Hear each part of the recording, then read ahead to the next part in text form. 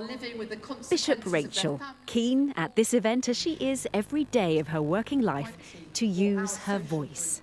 Collectively, we are really quite tribal, and there is so much fear of difference.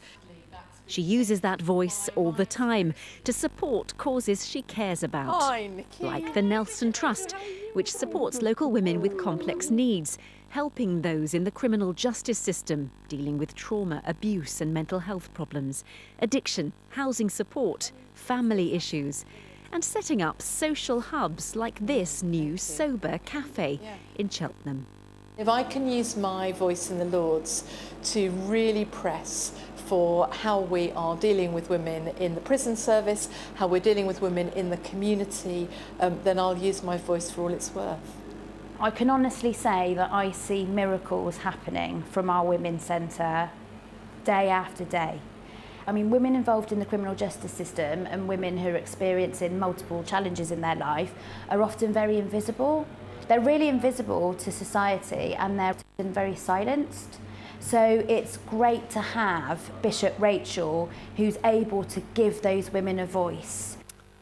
I, Rachel, Lord Bishop of Gloucester, do swear by Almighty God that I will be faithful. And since this moment, almost exactly 3 years ago, BishopRachel's voice has joined those of the other Lords Spiritual.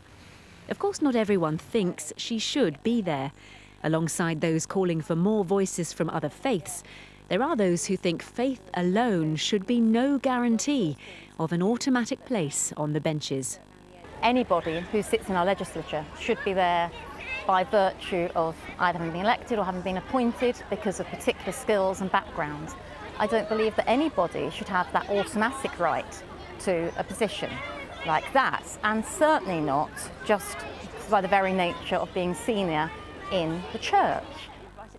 Right now, the government may consider Lords reform to be a challenge too far.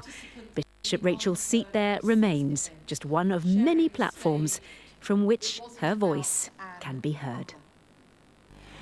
BishopRachel, welcome. You've just come off stage this minute, and of course you're no stranger to speaking to big crowds. I was really interested by what you were saying about Brexit.